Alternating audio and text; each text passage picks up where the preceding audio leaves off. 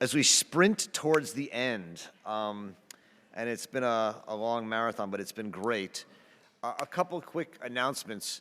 One, there's two panels this afternoon, both in some ways talking about Arendt and her friendships and friends.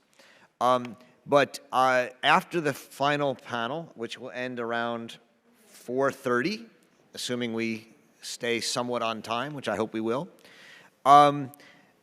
there's a reception over at what's called the Hessel Art Museum, which is a bit of a walk. It's probably about a 10-minute walk. There will be a shuttle meeting right outside that if you don't want to walk, it's about a 10-minute walk across campus. It's a beautiful day. And in the Hessel Art Museum, Nick Dunn has, and Helene Teeger, the librarian at Bard, have taken about 20 or 30 of books from the Arendt library and put them on a display. And so as part of the reception over there, along with your wine and your cheese, you'll get to learn a little bit about the Hannah Arendt Library and hear some scholars talking about Arendt's books and what they meant to her and how she took notes in them and what we can learn from some of that. And so we do invite you to join us walk over there around 4:30. And then the discussion of the library will begin around 5 o'clock at the Hessel Art Museum. I want to again thank Tina Stanton. Yes, please.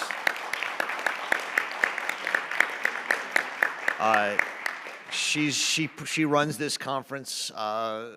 Really makes it look like clockwork. I mean, when we first started doing this, she and I mean, it was hell the week or two before, like, how do you put this thing on? And now I think it's only hell for her, but for me, it's actually quite calm. And I want to thank her for that.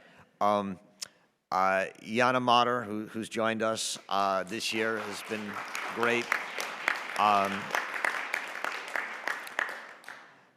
And Phil Lindsay, who does all the media and communications for the Arendt Center. And then Hillary Harvey, who's our OSIN, who runs all our OSIN programs. And we have the OSIN ambassadors here. Are some of the ambassadors here right now? Yep, thank you. Thank you very much. And then we have great students. Tobias is here, has been helping out. Former students. I love it when Bard students come back. Charlotte Albert's been coming to this conference for 8 or 10 years or something like that. So thank you. Anyway, all the student fellows. And then we have these folks who have been part of the Arendt Center community for years.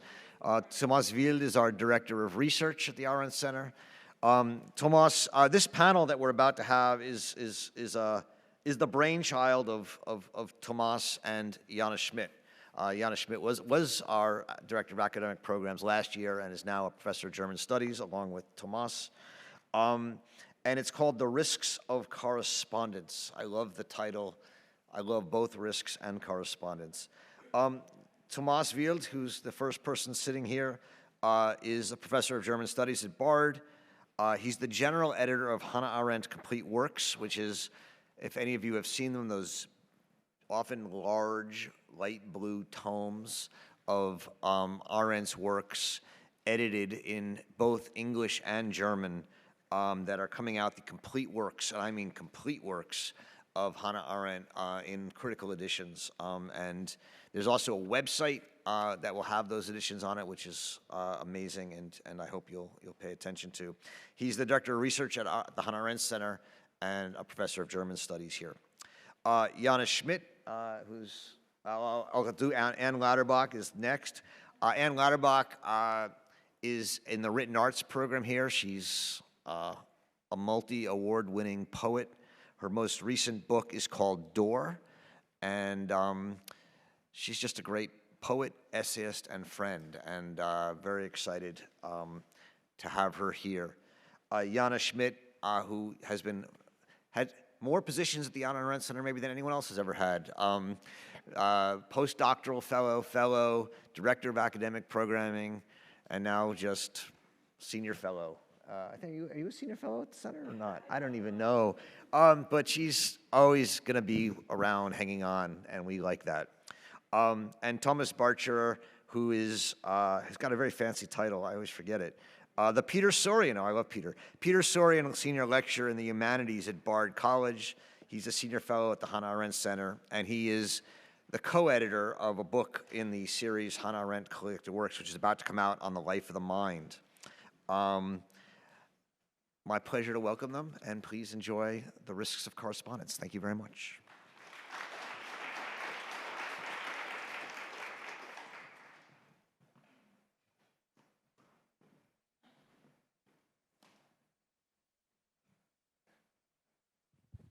Hello? Yes, it works. We've been discussing if we stand or sit, and the spontaneous mood there is sitting, at least for me. Welcome. In what follows, Anne Lauterbach, Jana Schmidt, and Thomas Bartscherer and I will present a pair of correspondence to you. Each of us will present a pair of correspondence. A connecting theme of our panel is to look at correspondence also as a genre of friendship. It has come up quite a bit over those 2 days. And alongside with the essay, maybe the genre of correspondence has a particularly ample and nuanced knowledge about friendship. We will each talk for about 12-ish minutes, and after that, we would have a brief round of responses to each other here on stage, and then open it up to conversation. At some point in our presentations, each of us will share a question or two, which is also meant to be an offering for the discussion later. Now I have to do the clicking thing. Let's see if that works. Okay. Dear friends here and elsewhere, Jerry, if you're watching, hello. From the moment we considered to discuss on the occasion of this conference and this panel, letters between friends, and in particular those that would not merely celebrate friendship, but would confront us with difficult moments where tension and impasse may put a relationship at risk, this mysterious space of chance and possibility, I had thought of this correspondence between Ingeborg Bachmann and Paul Celan. I've been fascinated by their relationship as writers, as thinkers, as lovers, as friends, because it strikes me as an encounter in the profound sense of the word. Neither of them, as a person and as a poet, would be the same without the encounter of the other. Their works today belong to the most significant poetic oeuvres in the German language after 1945, and none of their works would be and would have the shape without encountering this other person.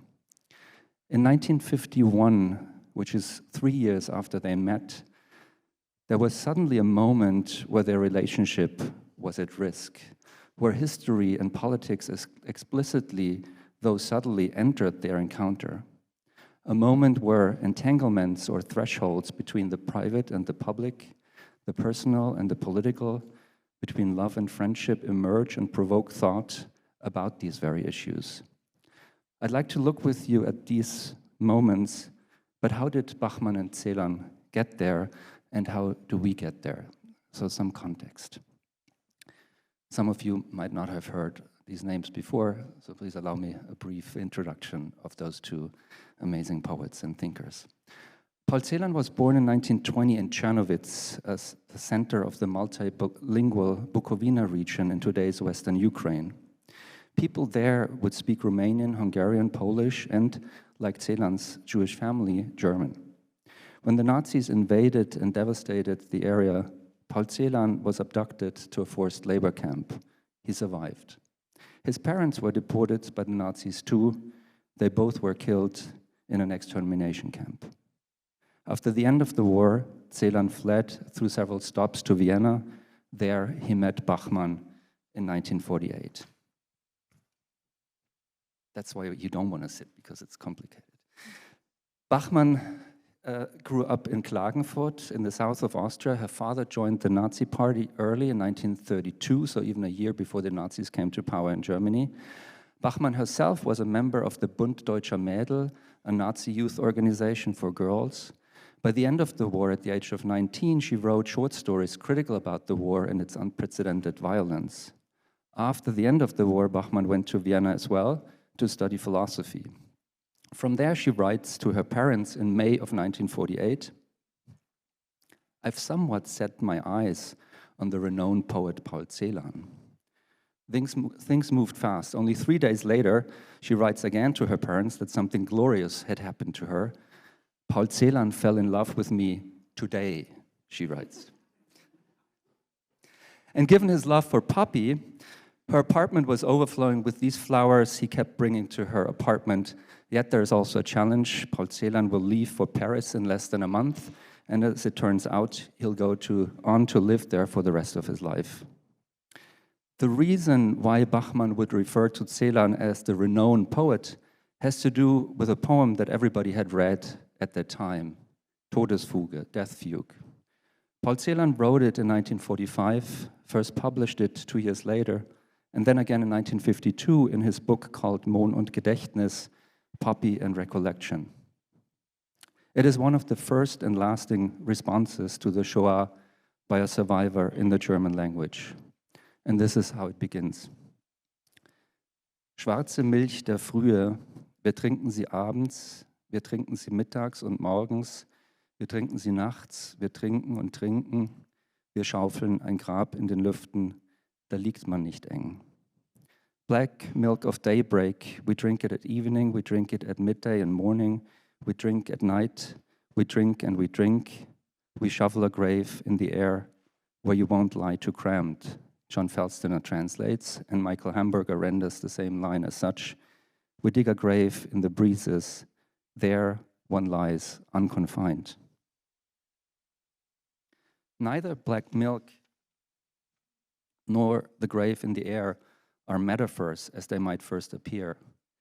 They articulate in the most poetic and in the most descriptive way an unspeakable reality.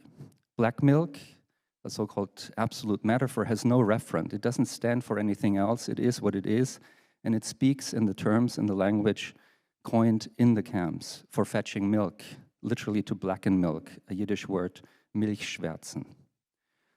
The industrialized mass killing in the camps annihilated any handed-down notion of death itself, no site for mourning millions of those killed, an endless void, we dig a grave in the breezes. My mother too had only this grave, Celan once noticed in a letter to Bachmann when they corresponded about Death Fugue. This correspondence between Bachmann and Celan is one of the most generative manifestations of addressed writing that I've ever seen. In certain phases, poems will emerge from their letters. Whole sections in their books consist of vocabulary wandering between letter and book and letter.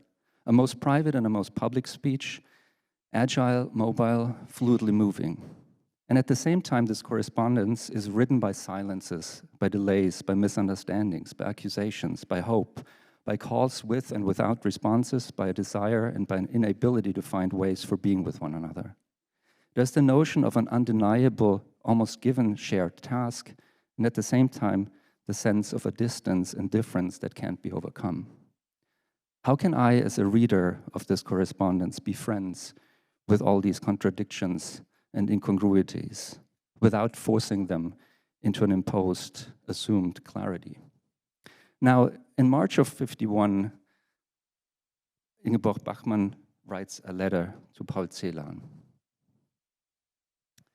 Paul, dear, Paul, lieber. And in this letter, she circumvents and addresses the trying question of their we.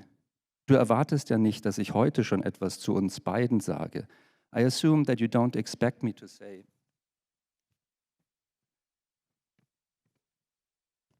dramatic gap, to say anything yet about the two of us.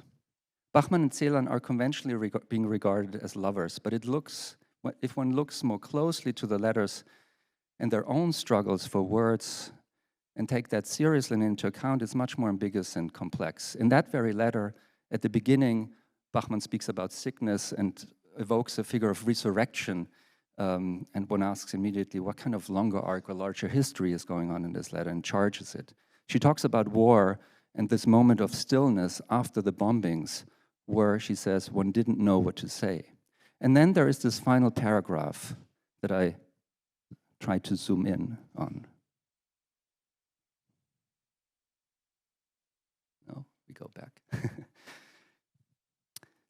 Schreibe mir bitte zuweilen, schreibe mir nicht zu vag, erzähle ruhig, dass der Vorhang vor unserem Fenster schon wieder abgebrannt ist und uns die Leute zusehen von der Straße.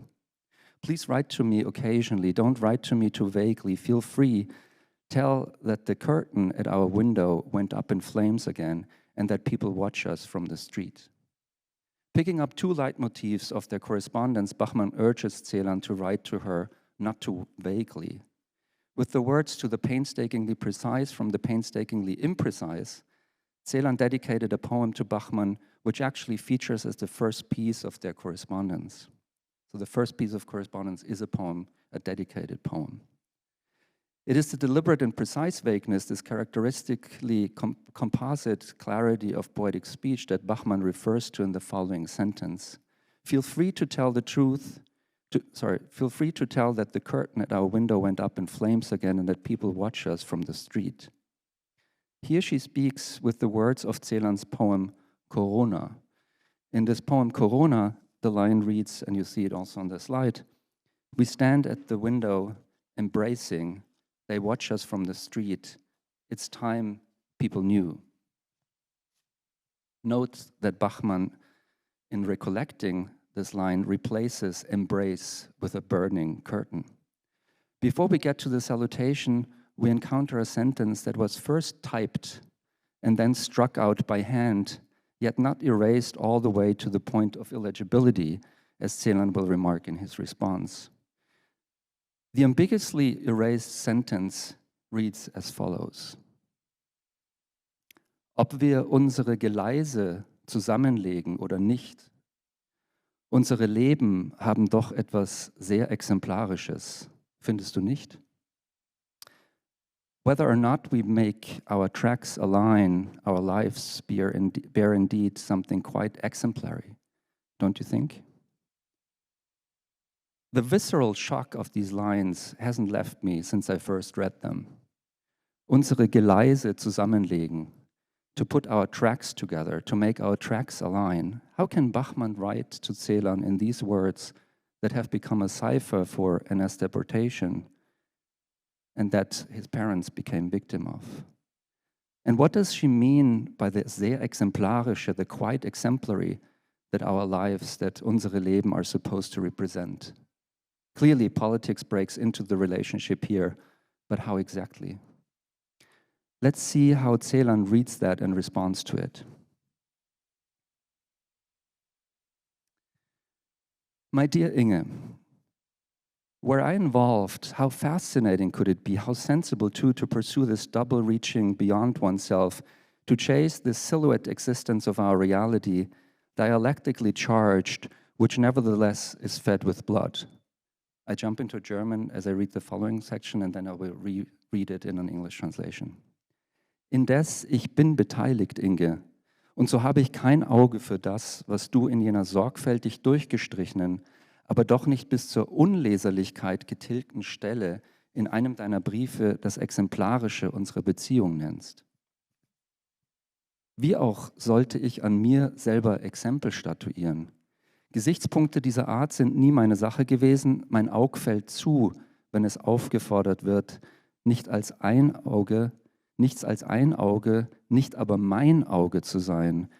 Wäre dies anders, ich schriebe keine Gedichte. Meanwhile, I am involved, Inge, and so I don't have an eye for that which you, in that meticulously crossed out passage, yet not erased all the way to the point of illegibility, call the exemplary of our relationship. How, after all, should I make an example of myself? Considerations of that kind have never been of my concern. My eye closes when it's summoned to be nothing but one eye, instead of actually my I. If this were different, I wouldn't be able to write poems. Celan vehemently rejects Bachmann's suggestion that their relationship might have an exemplary status. But why? Doesn't she, respectful to their identities and politically aware, hint to the fact that Celan as a truant survivor and she as a non-truant former Nazi youth member are indeed examples of their time, and that the relationship could possibly represent a model, also a model track into a promising future? Isn't this also a question for us today?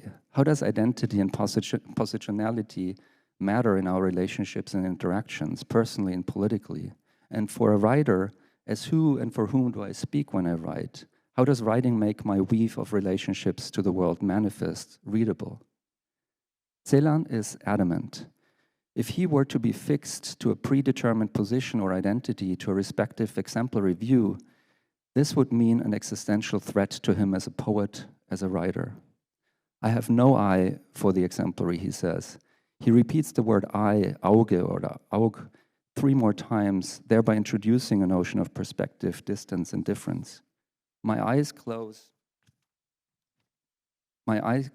when it's summoned to be nothing but one eye, he says. And he counters Bachmann's figurations of oneness, the exemplary and the merging tracks being part of that. It is my eye that indeed is needed for writing, Celan says, my eye in its singularity, which yet is also a singularity of being singular plural. Their relationship could have ended here, but it didn't. It went on. They did not fall silent. They continued to respond. In this letter by Celan, which goes on for several pages, in their correspondence in general in the following years, they listen to one another, they keep the conversation, the Gespräch, open and alive. Through their letters, but not the least through their poems, essays, and speeches. It is from this moment on, in 1951, that Celan calls their relationship friendship. I don't mean to insinuate that they have finally arrived at friendship, rather that maybe their relationship opened up, expanded into this other mode, to this particular kind of conversation. Last words. Years later, Paul Celan, in a speech, reflects on the relationship between the poem and conversation. And if we listen carefully, we can hear how he's also thinking about politics here. And I like to think of it also as a late response to this moment in 1951. So Celan says in this speech, the poem becomes, under what conditions, conversation, often a desperate conversation. Only in the space of this conversation does the addressed constitute itself. But the addressed, which through naming has, as it were, become a you, brings its otherness into this present. Even in this here and now, in this immediacy and nearness, the poem lets the most essential aspect of the other speak, its time.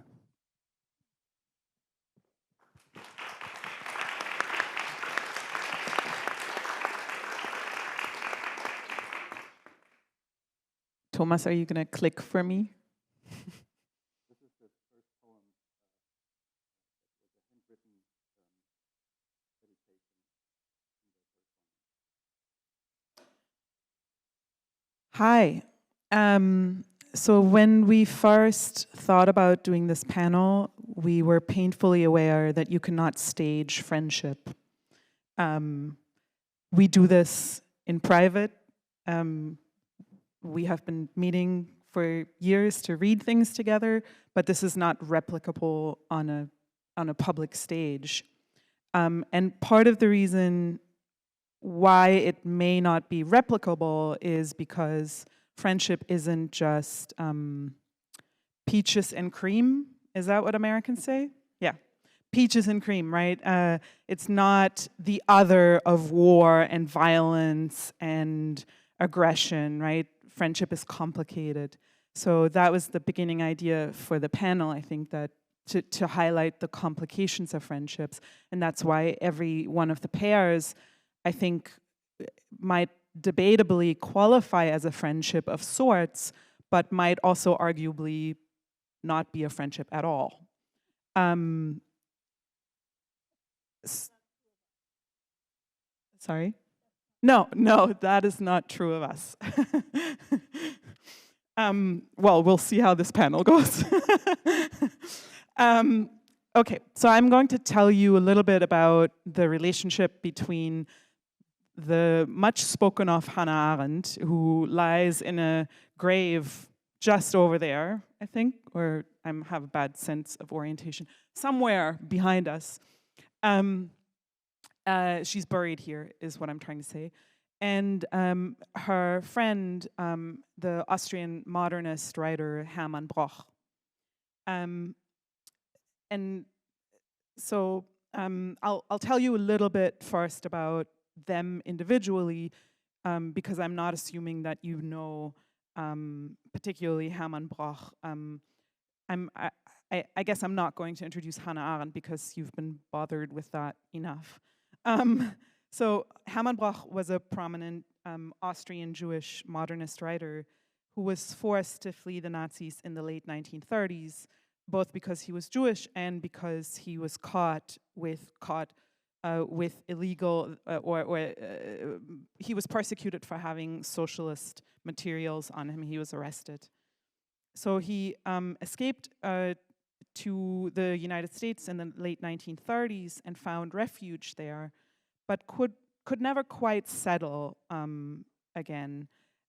So like many refugees in general and of this generation, he couldn't quite make a home here. The contrast was just too stark. He also led a very unhappy long-distance marriage.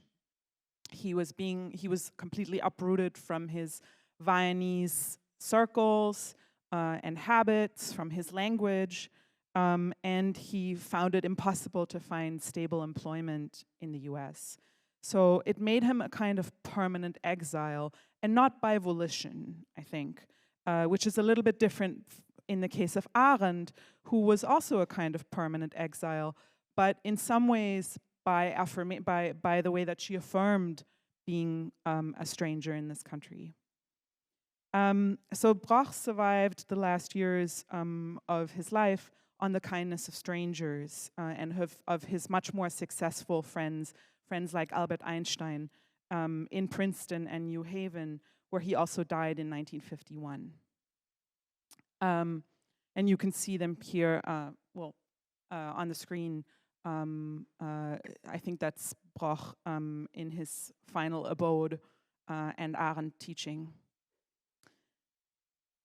Hannah Arendt and Broch met at a party in New York in 1946 when Arendt was in her 40s and Broch in his 60s. We can surmise from the letters that Broch, who was known to be a ladies' man, failed and very distinctly failed to woo Arendt, who begged him to make an exception just this once. That exception was friendship. So despite their very different philosophical convictions, Arendt and Broch did in fact become friends for a brief and intense period from 1946 to 51. They shared work quite intensely on human rights, on the conditions of democracy, on the problem of rebuilding the war-devastated countries, and on the United Nations, the formation of which was then only an idea, you realize, right, the United Nations, and on the legacies of totalitarianism. But Arendt always particularly applauded Broch's work as a novelist, which she considered to be of much greater consequence than his theoretical work. After his sudden death, Arendt also made sure that Broch's papers were categorized accessibly at the Yale University Library, where they are now, and she continued to write about her friend's literary remains, which I think is a kind of a significant and ultimate service to a friend to make sure that their legacy is taken care of, so to speak. In 1951, Arendt, writing about her friend in her thought notebook on the occasion of his sudden passing, tried to sum up the ambivalent feelings stirred by this friendship. Her entry asks how to live with the dead friend, how not to feel a sense of betrayal in having survived. She speaks of the umgedrehtes Fühlen. Thank you so much. The umgedrehtes Fühlen, appended, inverted, or twisted feeling the friend's death causes. And I think she speaks of this kind of twisted feeling because she's so painfully aware of the ambivalent and negative emotions that come up when an address is no longer possible or falls on deaf ears. So the entry is a letter that never arrives, that cannot arrive anymore. It describes the condition of survival, which Arendt also tries to capture in the poem that she addresses to Bloch after his death. And I'm going to read the poem first in English and then in the original German for the benefit of the fetishists. Survival. This is from June 1951. Yet, how do you live with the dead? Say, where is the sound that settles their roaming?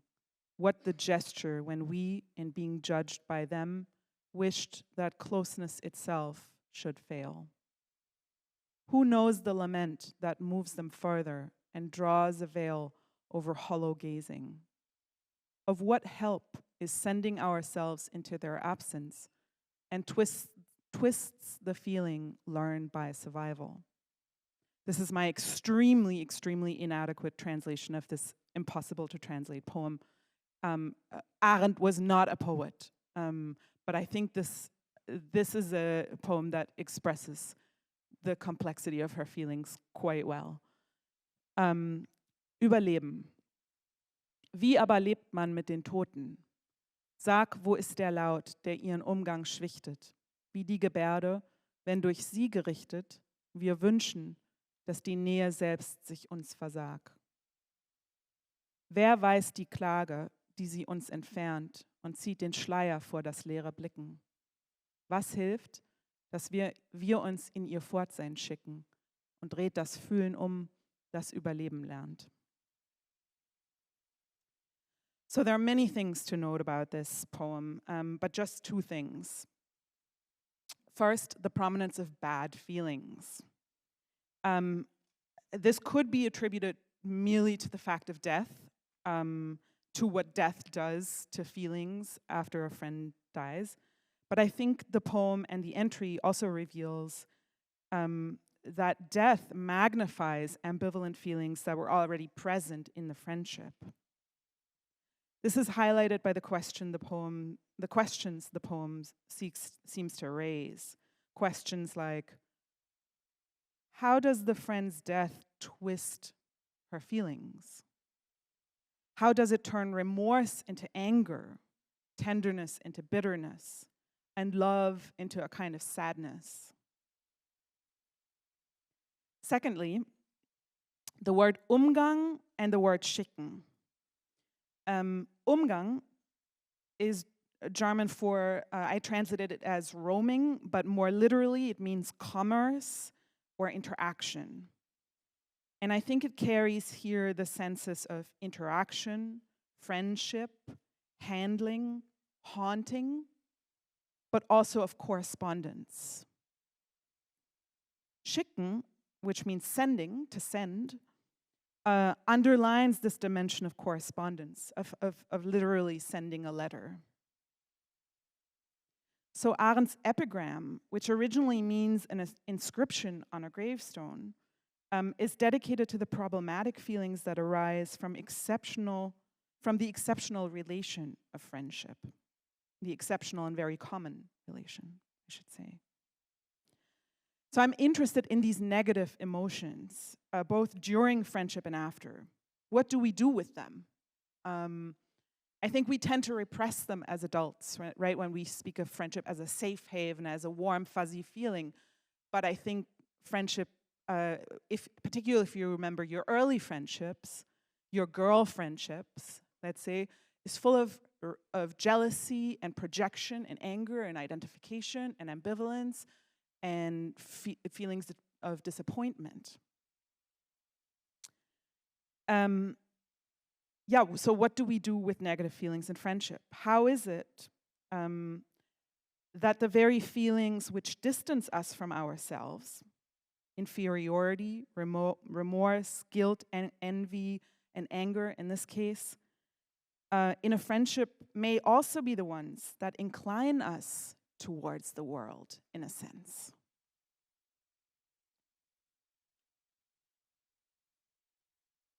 And is that true? Are difficult feelings in our intimate relationships perhaps precisely the ones that can incline us towards the world in a larger sense? The question of disappointment that came up in the first panel is interesting in this regard because we seek to avoid disappointment and thereby avoid relationships, essentially. But we can also see that disappointment is built into our relationships and that it may also be something that compels us towards greater community, towards caring for the world. The other question that this phenomenon of bad feelings, which are so prevalent in friendships, raises is, what happens to the world relationship that a friendship models when a friend dies? I think I'm interested in what happens to the particular address, the quality of which is so different in every friendship. This to me has a specificity unlike any other relation. It seems like only the friend can truly read the friend. Arendt's entry finally raises the difficult problem of carrying Broch's work forward in its singularity. So the question of legacy. And she uses the literary figure of chiasmus, chiasmus.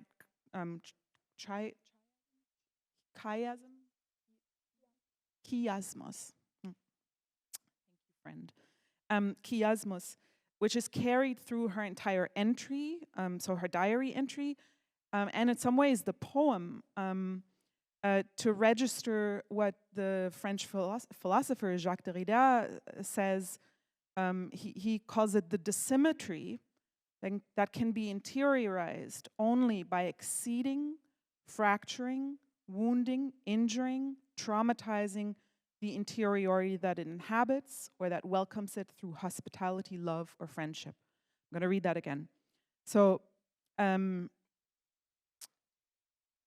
he speaks of the dissymmetry, a dissymmetry that can be interiorized only by exceeding, fracturing, wounding, injuring, traumatizing the interiority that it inhabits, or that welcomes it through hospitality, love, or friendship.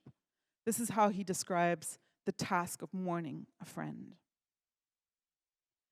Derrida defines the failure of mourning, and it's already having started before the friend dies, as constitutive of friendship. The temporality of letter writing acknowledges this in a unique way because, for one, you never know whether a letter will reach its destination. Letter writing is anticipatory in this sense. It's acting in advance of knowing, and with and in spite of bad feeling.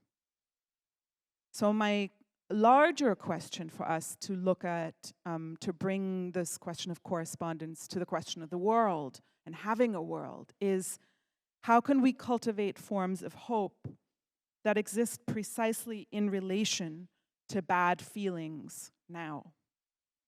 Thank you.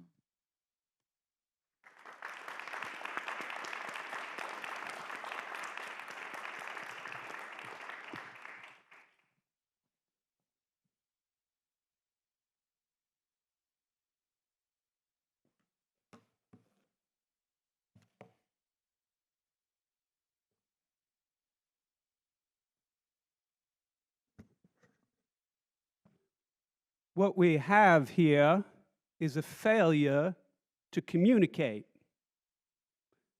Those who are fans of Hollywood might recognize that from a 1967 film, Cool Hand Luke, which I only saw very recently, actually, but it's been on my mind as I've prepared for this panel. And but I did know it long before that.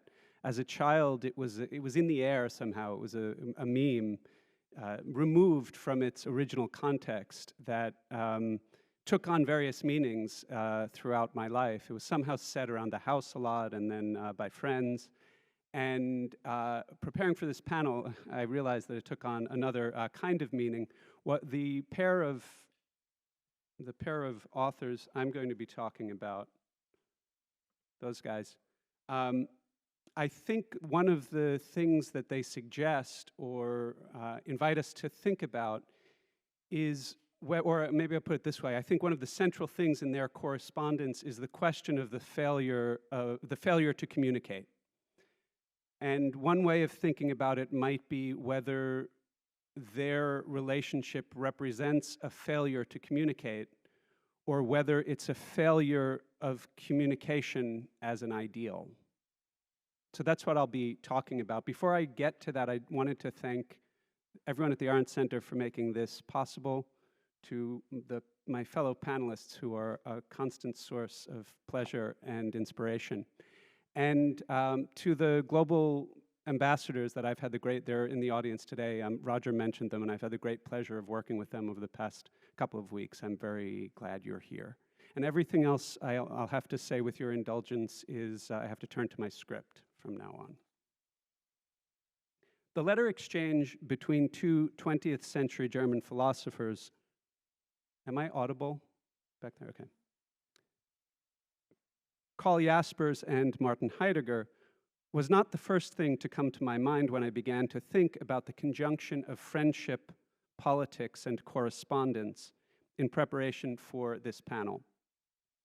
I thought first of letters written by political founders, the letters of John Adams and Thomas Jefferson, the letters between John Adams and Abigail Adams, or the letters that Václav Havel, the Czech playwright, political dissident, and later the first post-communist president of Czechoslovakia, wrote while imprisoned in the 1980s to his fellow dissident and wife, Olga Havlova, or also the collection of extraordinary letters that Nelson Mandela wrote during his long imprisonment in South Africa. But as Jana suggested, in the conversations we had, in fact, in the first conversation about this panel, before we had even come up with the title, our consideration turned toward the question of friendships in distress, friendships that have come to an end. And so I began to think about examples of correspondences that track the frictions and failures of friendship. And it was this that brought me to Jaspers and Heidegger. As I read the correspondence, a twofold question began forming for me, and this is my question. The first, and I should say that it occurred to me this morning, I was surprised, although perhaps I shouldn't have been, by how often the speakers at this conference have referred to or even focused on correspondence. Roger opened with a reference to Arendt's correspondence with Scholem. Marie-Louisa talked about the letters to Ellison, the letter from Ellison, to Ellison from Arendt, and in that conversation, the Baldwin letter came up as well. This morning, Leon Botstein spoke about David Kettler's book on first letters after exile. So it seems like we weren't the only ones who were thinking about letters, correspondence in relation to friendship and politics. So again, my question, as I began to read the correspondence between Jaspers and Heidegger, a twofold question began to form for me. First, in a general sense that's relevant for all of these examples of correspondence, not just the ones I'm speaking about, what do letters that are exchanged between friends reveal or disclose about friendship that might be difficult to see otherwise, that might otherwise be invisible or obscure or illegible? What do we see or learn about friendship when we attend to the letters that friends exchange with one another?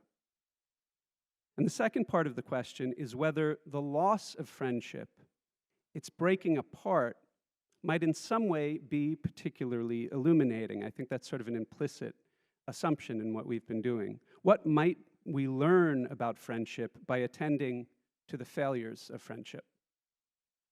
And in the case of Jaspers and Heidegger, the case of Jaspers and Heidegger was particularly interesting because it played out against the backdrop of political events of such great pitch and moment.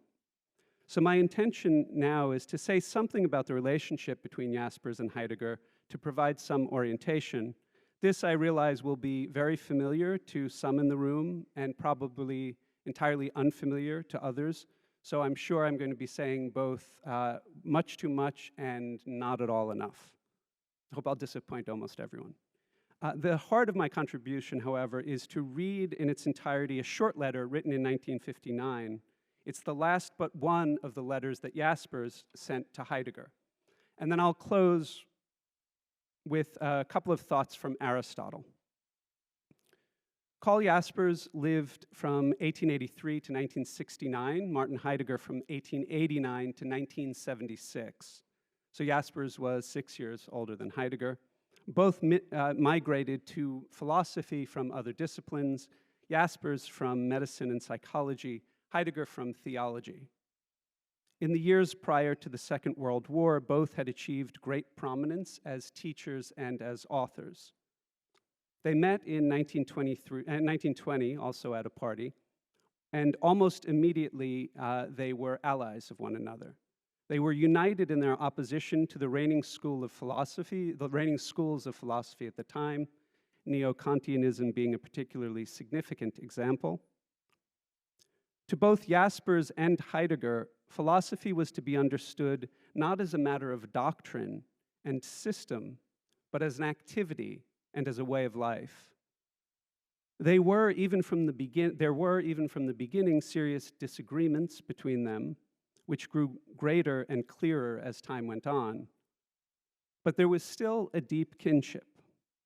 Reading their correspondence, one senses that for Jaspers, at least, Heidegger represented the rare possibility of a genuine friendship, what Aristotle would call a complete or perfect friendship. I'm not sure, though, if Heidegger ever regarded Jaspers in the same way. And I want to acknowledge now that I'm very far from an authority on this correspondence. There are probably people in the room who know it much better than I do, and I'd welcome your input. It's a substantial correspondence. There are about 150 letters. It's a complex, intricate weave of history, both public and private, and philosophy. Most of it is deeply intriguing, at least to me, and some of it is deeply obscure to me. And I'm relatively new to the material, so caveat emptor. That said, my impression is that what Jaspers saw as the promise or possibility of genuine friendship, of philosophical friendship, was not seen the same way by Heidegger.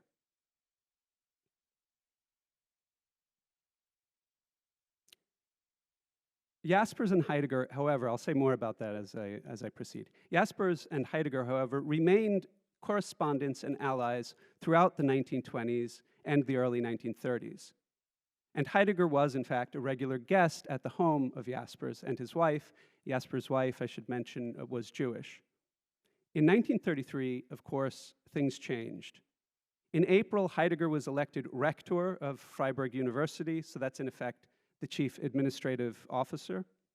And 10 days later, he joined the Nazi Party. According to Jaspers' subsequent account, written many years later, a turning point came when Heidegger visited Heidelberg, where Jaspers was teaching, in June of 1933. Heidegger was there, Jaspers wrote, as a National Socialist, quote unquote. While he was in Heidelberg, Heidegger stayed with Jaspers and his wife, and Jaspers recounts in his memoir that he had said to Heidegger on that 1933 visit, and this is a quote, "Today is just like 1914. Jaspers meant by that that the country was once again gripped by the same mass psychosis that preceded World War I.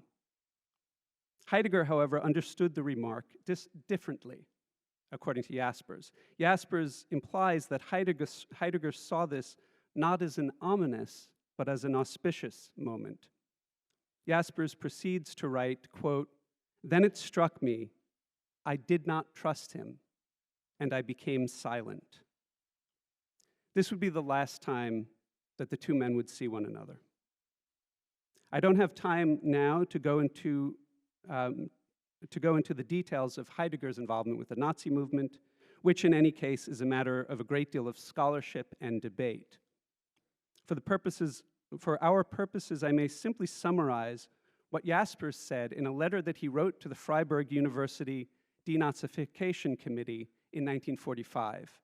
Heidegger was seeking to retain his position at the university and had asked Jaspers to be consulted as a character witness. Jaspers responded with a letter to the commission in which he recounted his knowledge of Heidegger having, in 1933, written a letter that criticized a colleague for insufficient loyalty to the Nazi Party and for associating with Jewish professors. Jaspers also wrote that Heidegger was, this is a quote, not an anti-Semite in 1920, but by 1933 he had become an anti-Semite. At least, Jaspers adds, in certain connections. He also writes that Heidegger must be held accountable for contributing to the Nazification of the universities. At the same time, however, Jaspers wrote in admiration, in the same report, in admiration of Heidegger's philosophical work.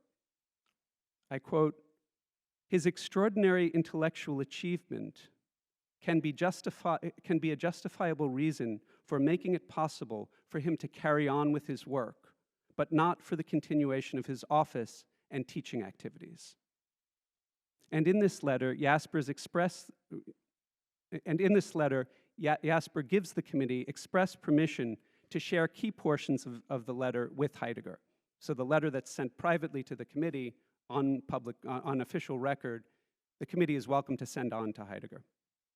After the war, Jaspers and Heidegger have no correspondence until February of 1949, when Jaspers finally breaks the silence. In his first letter to Heidegger, he writes, quote, "There was once between us something that bound us together. I cannot believe that it has been extinguished without remainder." Jaspers refers directly to the letter he wrote to the Denazification Committee back in 1945 and says that he assumes Heidegger has seen this letter. Jaspers goes on to say, "We strive for something very different in philosophy, we, you and I, Jaspers and Heidegger, we strive for something very different in philosophy and have a philosophical self-consciousness of character that is alien to one another." But he also expresses a guarded hope that they may still, quote, "exchange a few words in philosophizing." The story that unfolds in the correspondence over the next 10 years is fascinating, and it defies brief summary. I have a relatively brief summary here, which I'm going to skip because it's not even brief enough. But I'll emphasize that in that conversation between the two of them in that correspondence after the war, a central theme from Heidegger is solitude, and a central theme from Jaspers is communication and the attempt for communication. This comes up again and again, and the term communication comes up in both letters. Jaspers always expressing hope for it, Heidegger always expressing skepticism about it. This brings me to the letter that I'd like to read. And I apologize for the not great slide. Dear Heidegger, this is September 22nd, 1959. I send you my greetings and best wishes for your 70th birthday. Both are sincere, for the remembrance at this moment of a distant, noble past makes my personal feeling for you, which now had to remain silent for a long time, speak more strongly. This is, I should emphasize, the second to last letter. It's the last substantial letter that Jaspers writes to Heidegger. Since 1933, a desert has lain between us, which seemed to become ever more unpassable with what happened and what was said later. After this, which has become well known, a private meeting without preceding clarity could, as I perceive, help but little. Philosophy itself would have to speak. We are getting old, and I am not inconsiderably older than you. Perhaps what is appropriate remains unsaid. I stand before you with empty hands and can today only wish that you are granted an evening of life that is more fulfilling, more thoughtful, more productive. I'll skip the last bit of that letter to say simply, in Book 8 of, this is my closing remark, in Book 8 of Aristotle's Nicomachean Ethics, as many of you will recall, Aristotle distinguishes between three types of friendship: those based on utility, those based on shared pleasure, and those based on virtue. Only the last, he argues, may be considered complete or perfect friendship. And for philosophers, at least, the constitutive activity of complete friendship is the activity of philosophizing together. When Aristotle later comes to reflect on how friendships dissolve, he writes, quote, "Most differences arrive among friends when the sort of friends they suppose themselves to be is not the same as the sort of friends they actually are."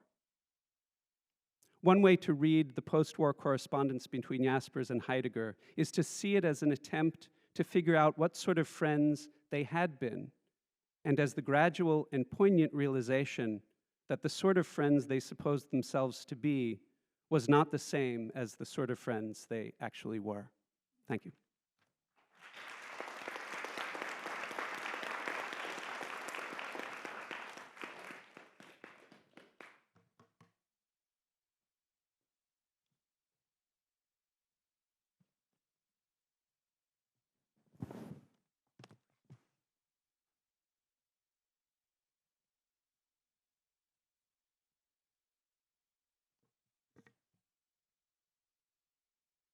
Hi, everybody.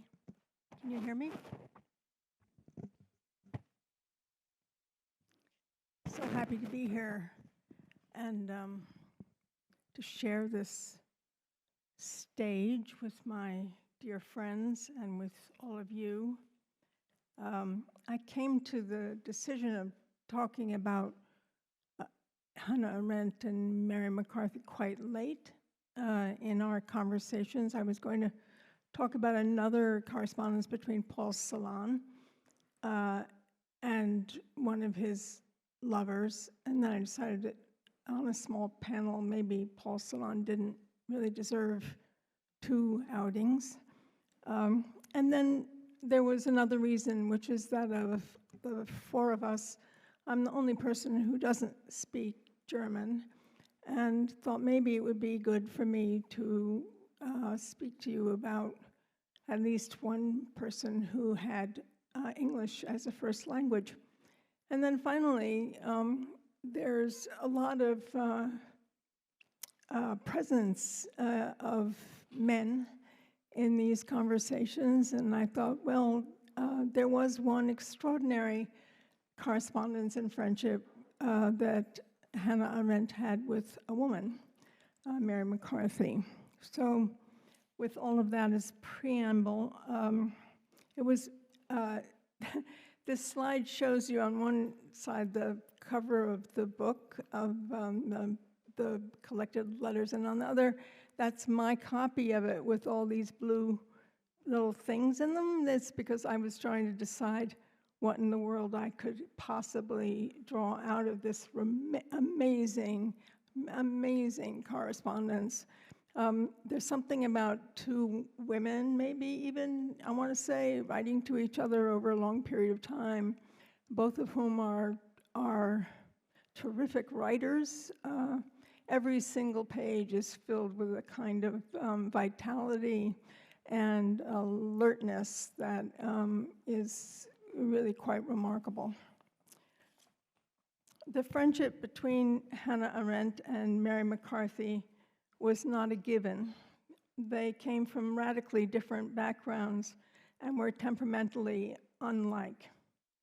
McCarthy was emotionally restless, volatile, and often sharply critical. Arendt was even-keeled, happily married, and more circumspect in her judgment of others. McCarthy, novelist and memoirist, was drawn to descriptions of persons and places, as revelation of character. Arendt, cultural and political theorist, was interested in, well, the human condition. One might say that Arendt is the generalist and McCarthy the particularist, and yet we might also say that they shared a disposition, a strong interest in how writing captures and relays political and social ideas across cultures and times. They were ultimately both interested in the nature of knowledge in relation to truth and to the possibilities for justice in a time not unlike our own, when such questions were under constant and often frightening pressure. Above all, they each liked to think about thinking and writing as the work of the intellect, but also as a way of contending with the passional eruptions and turmoils of life, love, betrayal, disappointment, loss, hope, and despair. Their correspondence began in 1949 and continued until November 12, 1975, when McCarthy, ill in Paris, dictated a letter to Arendt in New York. Less than a month later, on 4th December, Arendt died of a heart attack. I need the water. I need the water.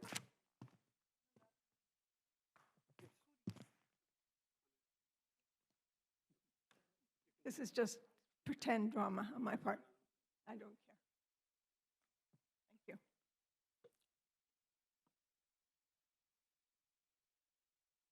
Much. It was extremely difficult to decide what to share with you today. Their correspondence offers many different tones and subjects and changes over the years as their friendship deepens and their work receives increasing public attention, not all of it positive. At last, I decided on an early exchange, as I think it lay a foundation for what followed. McCarthy, writing from Wellfleet, Massachusetts, on August 10, 1954, asks Arendt about the philosophical history of doubt as an aspect of moral decision-making. I think doubt and risk are related to each other. She is working on her novel, this is Mary McCarthy's working on her novel, A Charmed Life, in which a character is constantly asking, how do you know that? McCarthy then elaborates, quote, this pseudo-questing or stupid thoughtfulness is getting more and more general in modern society, I think. The average man, mistrustful and cunning, is an intellectual of sorts. He doubts like a burlesque of a philosopher and has a craving for information that's like the craving for sugar.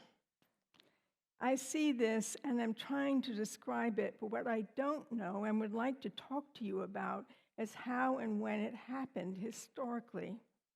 She then concludes, aren't all modern philosophies, logical positivism, existentialism, neo-Thomism, philosophical relativism, whatever that is, exactly evasions or attempts to circumscribe the epistemological question, like the return to religion, which is depressing chiefly because nobody really believes in it. It is just another form of doubt. In this sense, she concludes, Marxism surely is an anachronism as a political philosophy. It has nothing to do with modernism, at least that I can see. So, it's pretty heady, right? Arendt begins her reply, written from the house that she and her husband, Heinrich Blücher, who taught here at Bard, as you probably know, shared in Palinville, New York. Dearest Mary, your letter was a real joy. Only when I got it did I notice I had been expecting it. Let me go into the midst of it and leave the ends and odds for later. So the ends and odds are the personal stuff. She then writes an extraordinary reply, not only to the question of doubt, but to the fundamental question with which McCarthy had begun the letter: why should I not kill my grandmother if I want to? Such and similar questions, Arendt writes, were answered in the past by religion on one side and common sense on the other. She then elaborates these, ending with the French brand of modernity, Cartesian doubt. She continues, what both the French and the English tradition have in common is what I think is the root of modernity.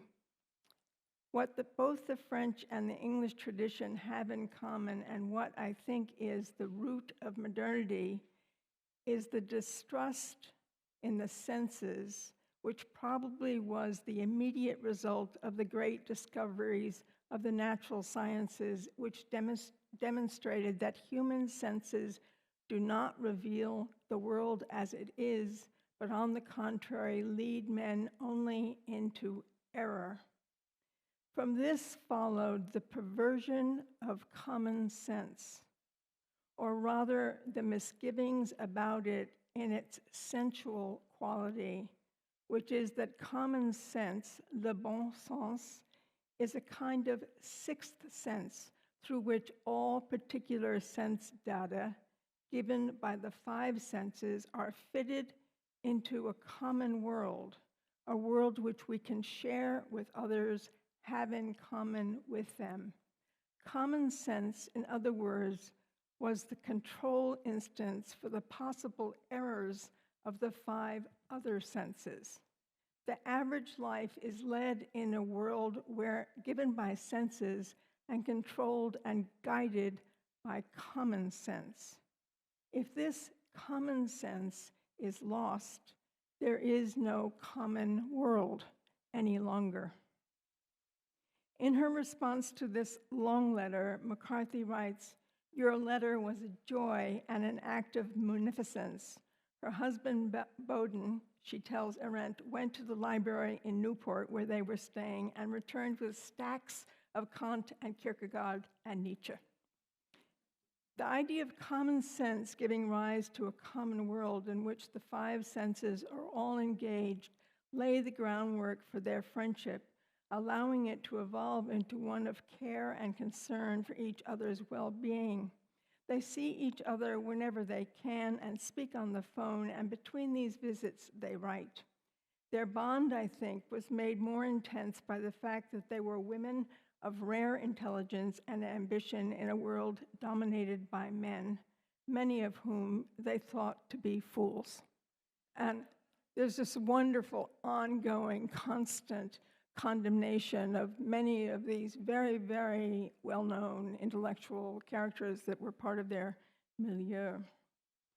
McCarthy traveled often and had a series of love affairs. When she met Arendt, she was married to her third husband and would leave him when she fell in love with her fourth, James West, who was married with children, an episode she shares with Arendt in candid detail. These, she worries, are both boring and tedious for Arendt. This happens over and over again. She has a long, long description about her affective life and then says, I hope I'm not boring you, or I'm afraid I'm boring you. I have a sense that Arendt was glad to be so entrusted, but that she was also a little bewildered at the American habit of assuming intimacy before the fact. At one point, McCarthy tells Arendt that she has altered a prurient sex scene in one of her books out of consideration for Arendt's feelings. Each of them was able, often in a single letter, to speak about and share their progress or lack thereof of her own writing, encounters with and concerns about mutual friends, the weather, responses to books and articles, as well as to public political events in the news.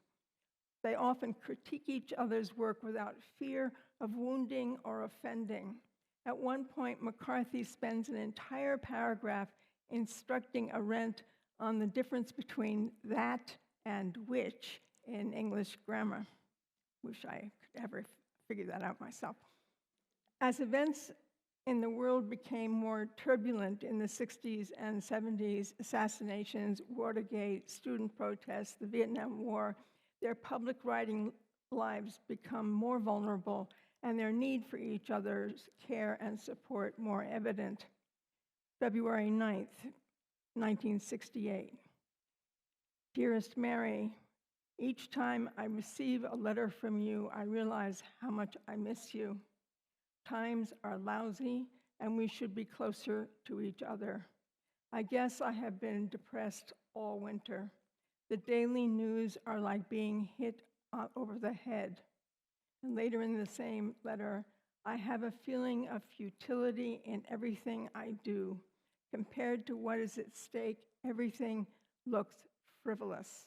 I know this feeling disappears when I let myself fall into that gap between past and future, which is the proper temporal locus of thought.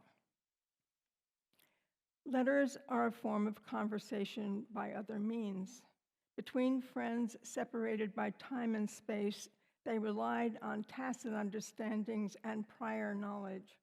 The sound of a person's voice, the color of eyes and hair, demeanor and gesture, habits of being.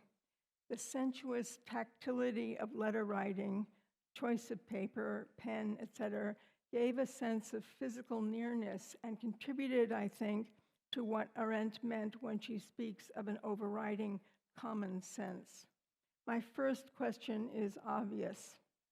Has technology inhibited the quality of exchanges between friends, and so the creation of Arendt's idea of a shared common world? Secondly, has the immediacy of the internet enhanced or jeopardized our ability to develop self-knowledge through the slow unfolding of respect, trust, love, and care for others? Thank you.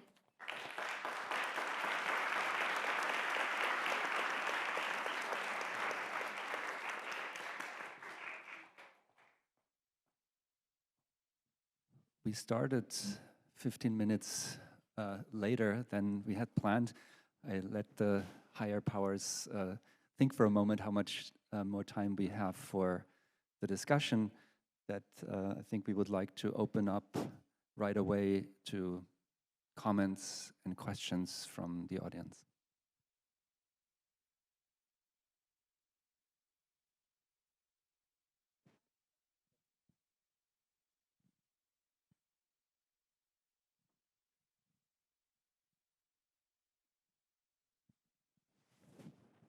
So this is a question for any of you. I'm also extremely interested in friendship manifesting itself in writing. And here we've seen examples of writing that takes the form of philosophical exploration. And earlier in the morning, we spoke about this attempt at touching each other with words. And this all makes me wonder about what you think the role of eloquence in writing is in friendship. And I'm interested in part because it obviously has repercussions as to who can be friends, or at least who can be friends of this particular kind, because we know that linguistic precision in writing, it's contingent on class, it's contingent on education. And we have spoken about mental health / relational crises in this conference. But another crisis that people speak about is the one in ability of precise written expression. So I would be interested to hear you speculate, and I think it relates to what the last panelist rose about, how digital media takes us away from the long form and doesn't force us in the same way to or allow us the same amount of time that it takes to be precise and to attempt to touch the other with words. But yeah, I would be interested to hear what you're thinking about the role of written language and eloquence. Thank you.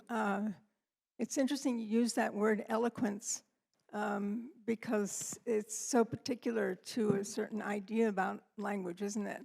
And I think for writing or correspondence to be effective between friends, it doesn't have to be eloquent. It does need to have something like what I think Arendt and MacArthur had, which is a kind of candor and a will to say and a fearlessness. So that place of trust in writing seems more important to me than eloquence per se. And I think that something we haven't really, that's indicated maybe in all of our conversations and has been one of the themes of the conference, has to do with the difference between private and public, right? So there's one of the characteristics of a letter is that it is extremely private.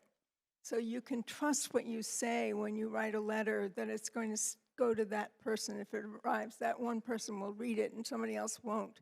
And I think that one of the reasons where our ability to be candid and truthful and open with our friends now is that that's not so assured, right? That you can send an email, but it's not clear that that email is not going to be sent on to somebody else and so on. So there's something about the privacy of a letter, as well as the other part which I'm really interested in, which is this expansiveness. In other words, that it's not, letters were very, very rarely about expedience. Like, this one thing is we're talking about this one thing. This kind of wonderful ability for a letter to not so much digress, but actually to include. So move around a whole sense of a world rather than just one particular, like, what are you doing Wednesday? That thing. I'll just add one thing to that. You used the word candor, and I think also care comes to mind because it's someone might have been at the beginning, Roger might have said this, that one way of thinking about friendship is creating a common world, and a lot of that is created through language. And the care that one takes in writing that's the world you're building to a certain extent. So I think it's really important. I think the technological shift bears on that in interesting ways. We again want to encourage students to ask if they feel like it.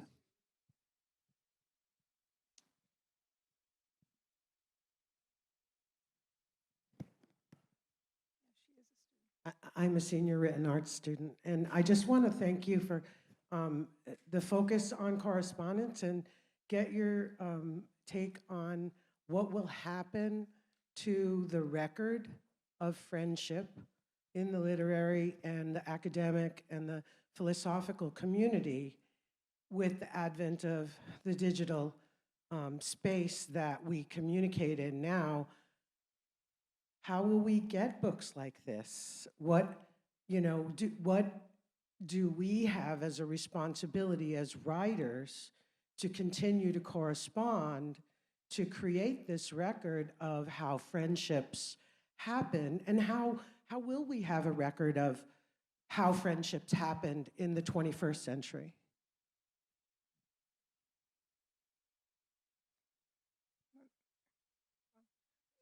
One technical remark, the literary archive in Marbach in Germany, for example, the biggest literary archive in Europe, they have made attempts to encourage or convince writers to blind copy their email correspondence to a protected server. And unfortunately, so far, apparently this encouragement has mostly failed. So your question, I think, is a very urgent one when it comes to your question: where's the archive of knowledge about friendship that we have in the traditional letter now? I'll just say also that multiple sides to this too. I think a lot of things that used to happen orally happen in text now.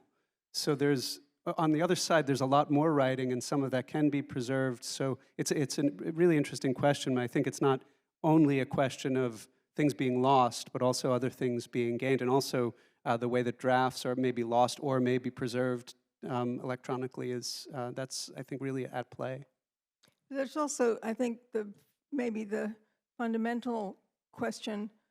I mean, I know of archives like at the Beinecke where they're going to collect all the digital correspondence as well as the written, but the quality of what I said before, the kinds of things that are said in most exchanges between friends even are so much more limited than this other thing. And that has to do, I think, with this thing I tried to get at, which is the kind of physical a relation of the hand to the pen or to the typewriter, to the paper, to the licking of the stamp, to the writing of the address. All of that is involved with a kind of nearness that simply just cannot be transferred into a machine.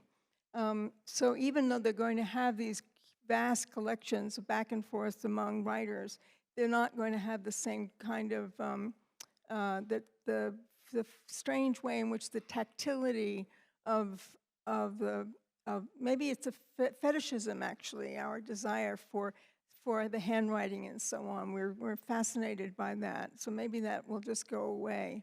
But I think it's really about this limit space of correspondence where you just simply never sit and wander around in the whole world that you're in with when you're writing to somebody on a machine. Maybe that will also change. Maybe that will evolve. Young people in the room, as you go on, write long, boring letters to your friends and expand and digress and say, oh, that reminds me of something else, and see what happens. I think it's a good idea. It's maybe also an interesting way to consider the question of common sense, right? This problem of the digital age and organization, because like you said, we have much more in writing in a way, and it's already written. We don't have to transcribe it, we don't have to decipher it, but this idea of a sense, right? Like what gives us a sense of the sense rather than just census, right? Is the question. Right. So, yeah, I have a question. I'm glad you talked about letters as being a private correspondence, because these are public intellectuals, and these are public letters. I mean, they're preserved and then they were published. So does the fact that these and in many cases their friendship was carried on in publication, in poems that were for the public but also meant as private correspondences, is there a tension between public friendship and private friendship, or does the publicness of this relationship complicate the account of their friendships? That would be my question. Yeah. It's funny because I was going to say something in response to the question about what's going to be lost, and I feel very keenly, and even towards one of the people on the stage here, that I do not want to write letters or long emails to that person because I don't want them to go to the Beinecke library. So I only write texts because I don't want that to become something public. And I feel that even the risk of it becoming public changes the relationship of what I'm going to write. And I'm very aware of that. So it's interesting that you talk about the privacy. I think about that all the time. I think in the case of Arendt and McCarthy, that one of the things that's so surprising about this exchange is that they were both entirely aware of their public face, and they were entirely capable of not letting that intrude on their response to each other. And also, they shared their each work, and they also responded to the public response to their work. So they would share their despair if there was a bad review, or they would say they disagreed with it.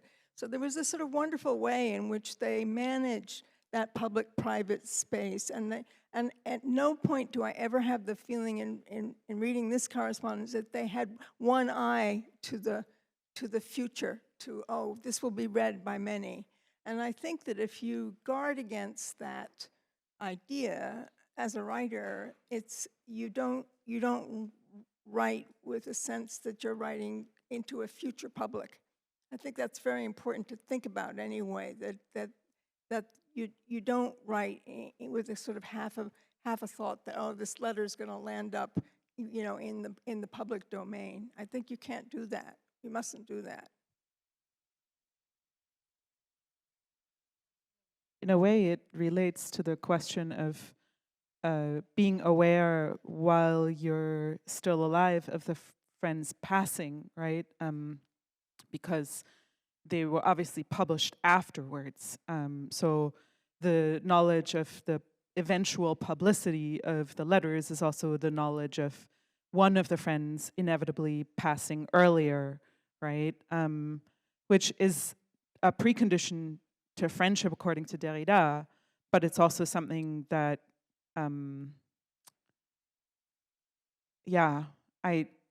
that you cannot build. You can't build a house on it. Mm. Yeah, I'm Thomas. I think just a couple of things on this. One, the relationship, the spectrum of public to private also could be mapped on in interesting ways to the question of what kind of friendship it is. What's the basis of it?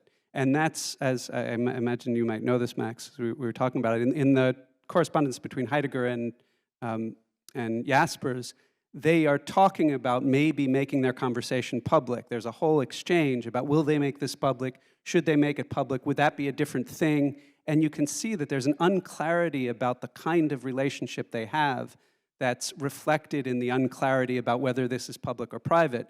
And I think it's not just them. You can, the question of how much you trust the friend you're writing to, what that trust consists in, whether you're thinking about it as, and that, whether you're a well-known writer or whether you're someone who's sending an email inside of a community, I think that question of public and private maps on in interesting ways to the question of what kind of friendship it is.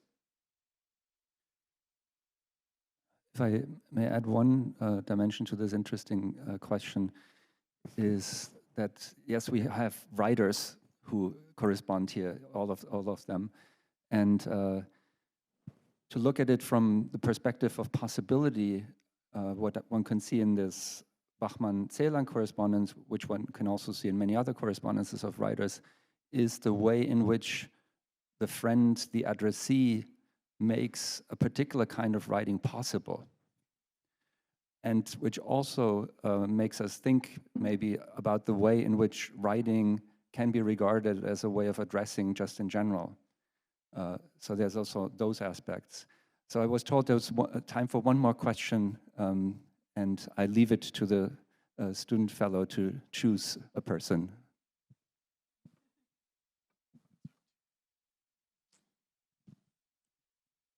Hi, it's not really a question, I'm sorry about this, but I wanted to just outline the role of friendship in getting these letters into publication. Because as someone close to Mary McCarthy, after her death, long after her death, I tried to get another collection of her letters into print, and nobody was interested, and everybody said letters don't sell. So there you are. This Carol Brightman, a woman who Mary had consulted before she went to Vietnam, because Carol had been there as an activist, and who also had gone to Vassar, got a contract from Harcourt Brace to do this volume of the letters between Hannah Arendt and Mary McCarthy after Hannah Arendt died. And Mary had promised to work on them, especially there are many, many, many names and occurrences in there that needed to be footnoted. And she promised to work with Carol. They liked each other very much. And then Mary died. So Carol was left with the task with practically no money, and she worked in a little house up in Maine. I helped her a bit with some of the notations because I was in the city, and she put her life into it. And the book got published, and it got published because Mary McCarthy had a very close friend at Harcourt Brace, William Jovanovich, who had been foreign-born and understood a lot about Hannah Arendt and Mary McCarthy. And he saw the book into publication. He gave it the proper publicity. And they were, without those two friends, you would not have this book. And you're acknowledged wonderfully in it, by the way.